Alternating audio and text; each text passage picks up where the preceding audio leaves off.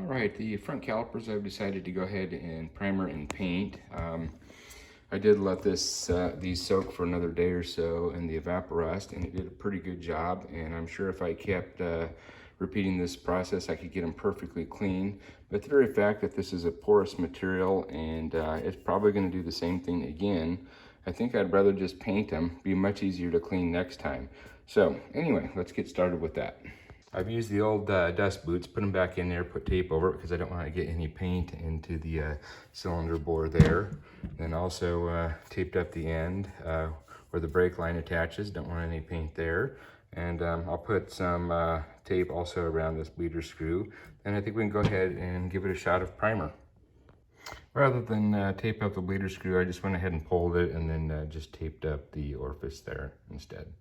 I'm also going to paint the caliper brackets. I rolled up some towel and put it in here to prevent any paint from getting into that bore there. And then once I had that, I went ahead and put some tape around it to seal it around the edge here. So that stays nice and smooth and unpainted, so the boot will fit in there properly.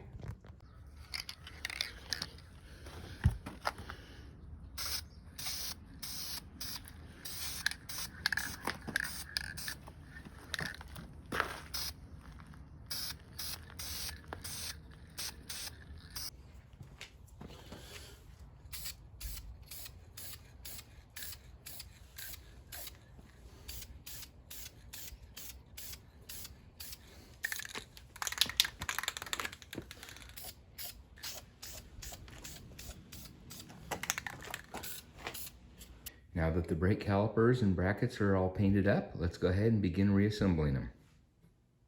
This rebuild kit was purchased from Rock Auto, and for your info, here's the part number. All right, let's go ahead and start by reassembling the square cut seals into the caliper. And to do this, we'll use a little bit of brake fluid to lube up the seals. A little bit, and then right around there, and then we'll put it in. Now I'm not sure, but the brake caliper paint that I used is supposedly not reactive to the brake fluid. So if we get some brake fluid on there, hopefully it's not going to destroy the paint. I'm not 100% convinced that that's going to be the case. So I'm still going to be really careful here and try to minimize any contact with brake fluid and paint. And take a little bit more brake fluid. And we'll just lube up the piston a bit.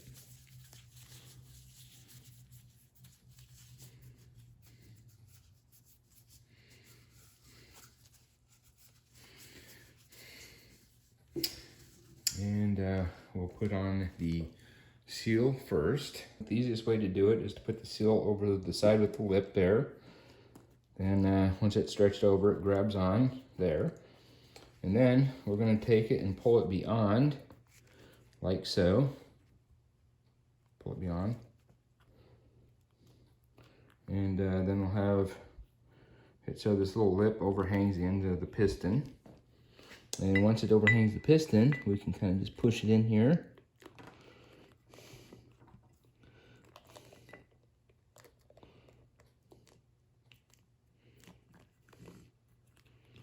And then push the piston in, like so. And then we'll get our tool. Use this cup with it so it spins inside here, and if you use a different type of attachment, it'll rub against the edge of the piston here. We don't want to damage it, so definitely use this one. And we can just start pushing it back in. It should go nice and smooth, and keep an eye out around here. Make sure that that lip is fully seated all the way around.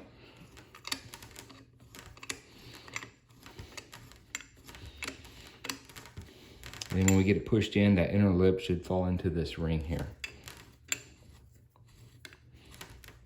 And you can see it doing it. Might help it just a little bit, and then we'll compress the piston the rest of the way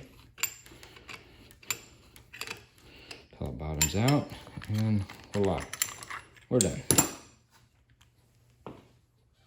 All right, once you have the pistons fully retracted back into the caliper, verify that the seals are all seated and in all the way. I messed up here. You can see that that is not in all the way, and it's probably going to create an additional resistance for that piston to go in and out. This one did seem a little more difficult to push in. So anyway, if one seems a little different than the other, double check that, make sure that everything is fully seated. So anyway, I'm going to push this back out with air and retry.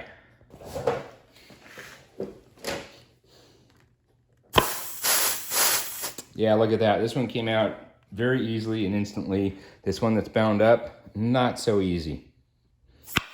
There we go. Wow.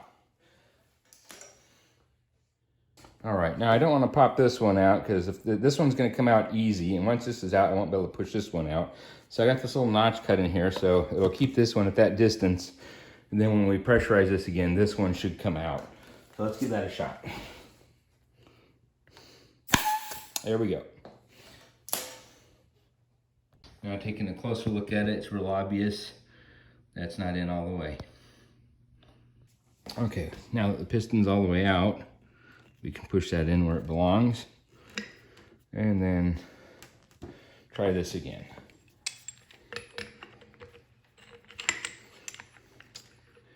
And push it in again.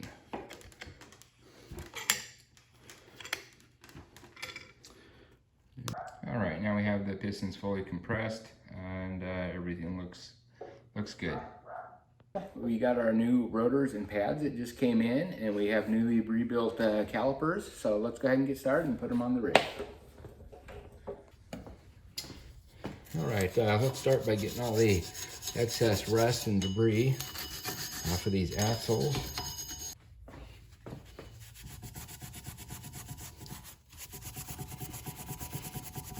And basically just get all the high spots off of this. If you cannot feel it with your fingernail, then that's good enough. I mean, this is just discoloration and staining that's really superficial. Okay, by getting all the rust and debris off of here, we'll rest assured that the new rotor will sit nice and flush and straight on there. Now I'm going to hit it with a little bit of rust prevention.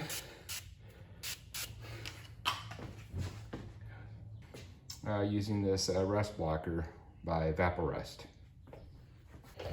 New rotors always shipped with a protective coating of oil on it. Be sure to hit it with brake clean because if the oil gets on the pads, it's going to inhibit its ability to stop the car. So you definitely want these all nice and clean and free of any oil and debris. Now we can go ahead and install our new rotor. All right, now we can go ahead and reinstall the caliper bracket.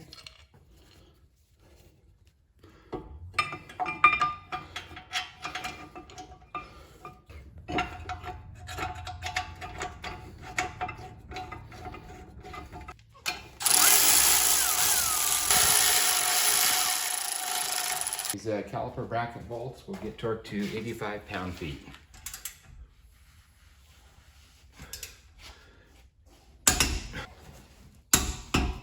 All right, then I'll take a little bit of the brake grease that came with the kit and put a little bit on the back of the pads. This will help prevent squeaking.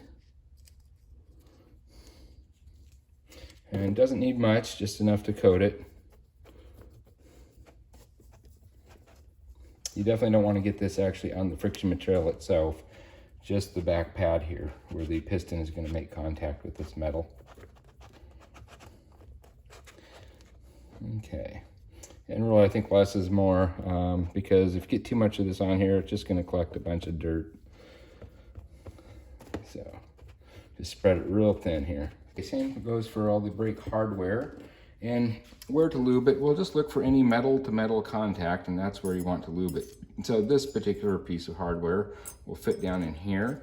So obviously, any place this makes contact, you're going to want to lube it. So just a little bit on the sides here. And then of course the pad is going to make contact on this side. So we'll also want a little bit here and there. Again, we want to spread this very, very thin. Like so. And then we'll go ahead and pop this in. Again, less is more, just very, very thin. And so this will fit down in here like so. And then slide this back. Okay, now let's fully seat this hardware. This little lip here needs to actually go over this little hump here. So make sure that that's in there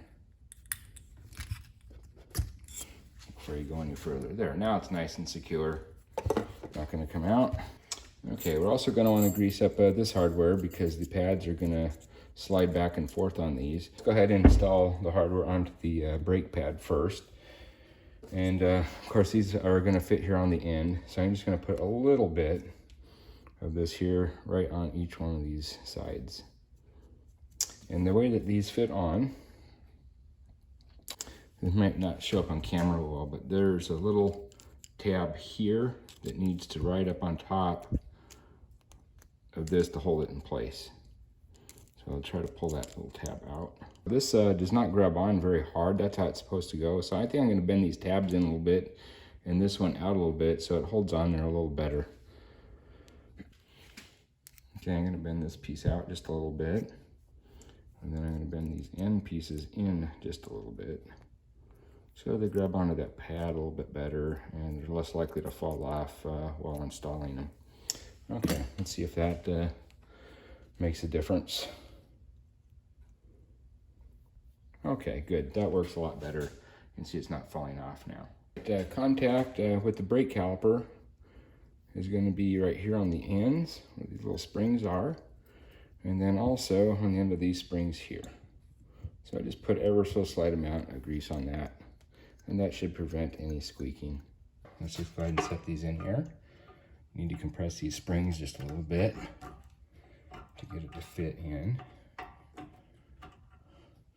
They are tight, but should go.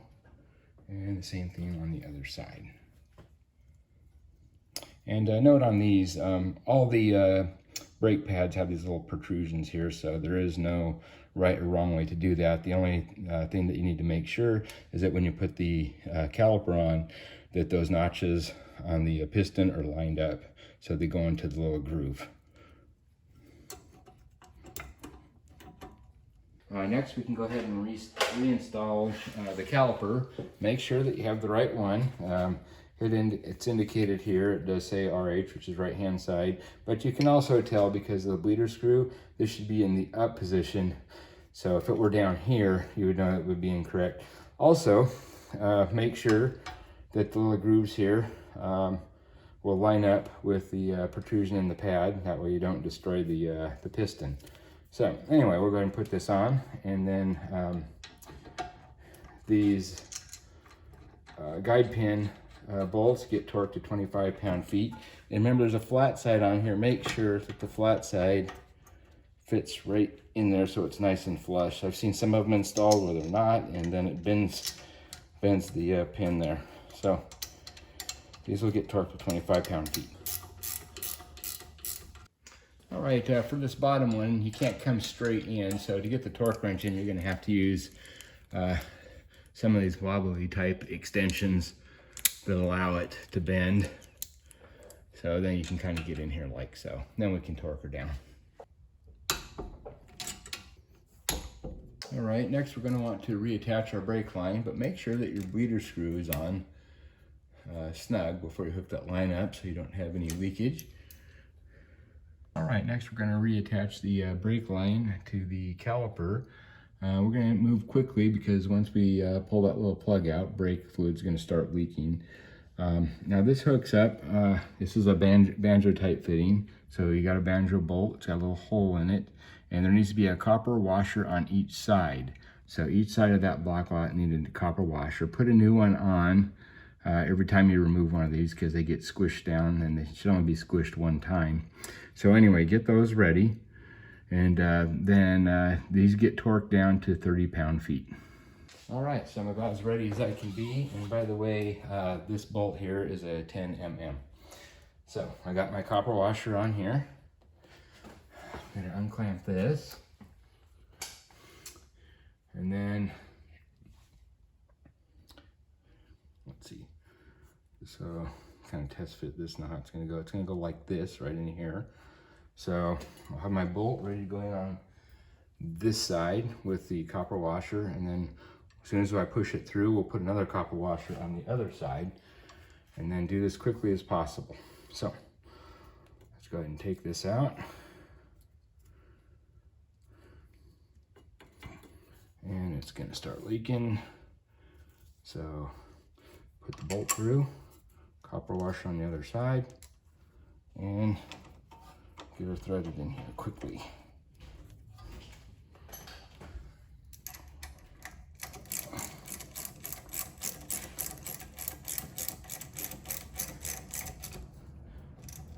Okay, and then we'll torque this to 30 pound-feet and it should stop leaking.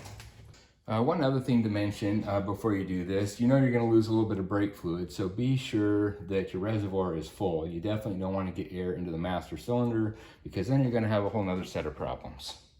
All right, now we'll just torque it to 30 pound-feet. Now we just need to put our e-brake back on. So we'll push that through the hole there. And you get some pliers there. And then don't forget to put the C-clip back on down here. Let's turn our attention to the front brakes now. Pretty much the same procedure for a lot of this, so I'm just going to go by this very quick, but I went ahead and cleaned up the rotor with brake clean like I did on the last one. So put that on for now. I think it helps with the ease of installation if you will go ahead and put one of these lug nuts on. It keeps the rotor more square, so when you try to line up the pads and whatnot, it's things are lined up much better that way. Okay, then we'll install the caliper bracket. Again, these bolts get torqued to 85 pound-feet.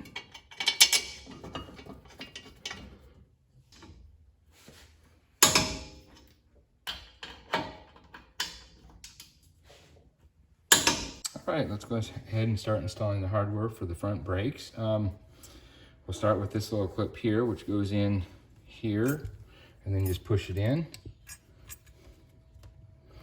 And it just snaps in place, just like so.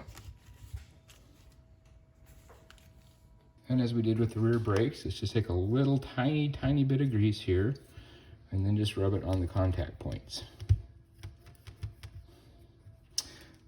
Same thing for the other hardware. These will actually go on the caliper bracket. And let's just take a very thin amount of grease here, and then just kind of rub it around on these. Okay, you'll notice that this hardware, if you look at it closely, one side has a long tang here, short tang on the other side. You want it so the long tang is on the outside. If you put it the other way around, it will interfere with the guide pin over here. So it'll go like this.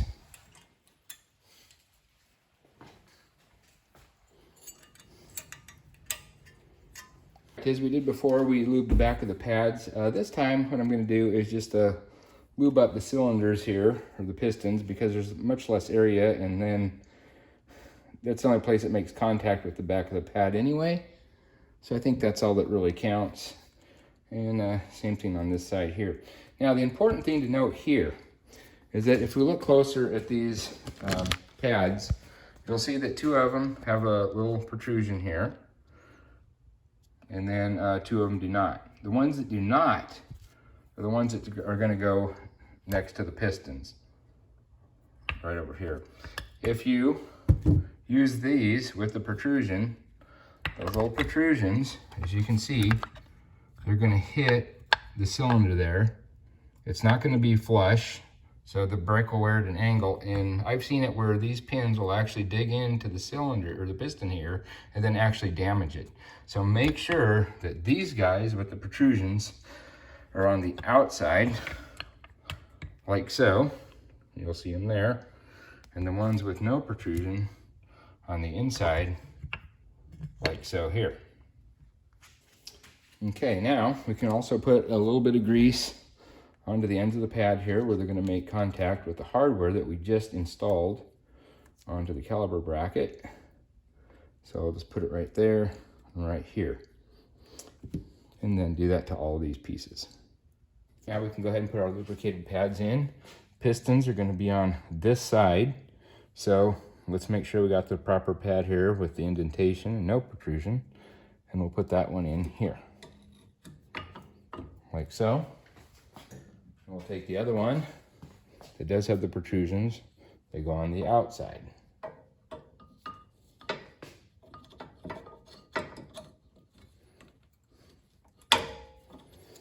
Like so.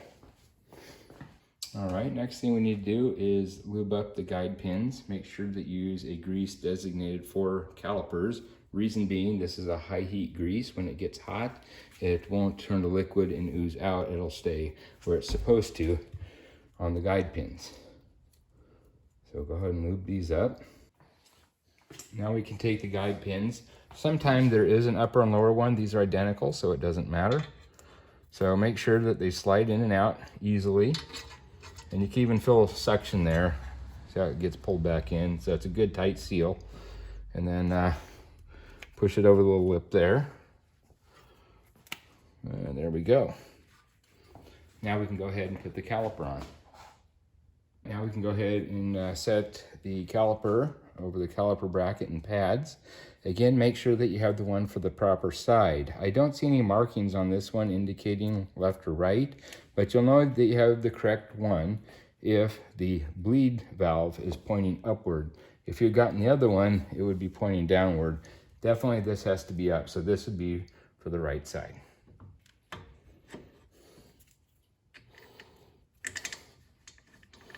And these bolts here that hold the caliper to the caliper bracket will get torqued to, again, 25 pound-feet.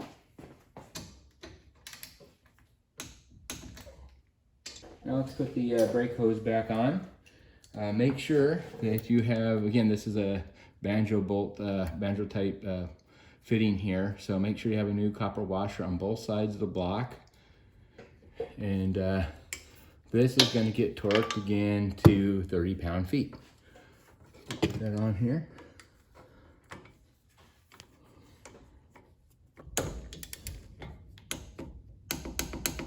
All right, let's go ahead and put the brake line, reattach it to the body of the car. It fits through here, and then you got this style clip that just pushes onto the other end of it.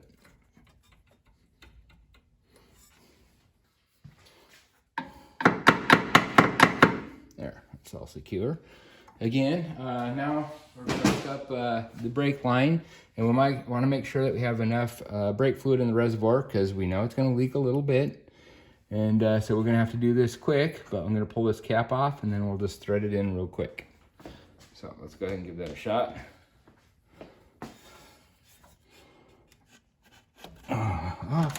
Starting to leak. Get it in there. Okay, once we got that on there nice and snug, that completes this side of the car, so we just need to repeat the same process for the other side. So this completes the brake rebuild and reinstalling everything. On the next video, we'll go ahead and bleed the brakes. I'll catch you then. Bye-bye.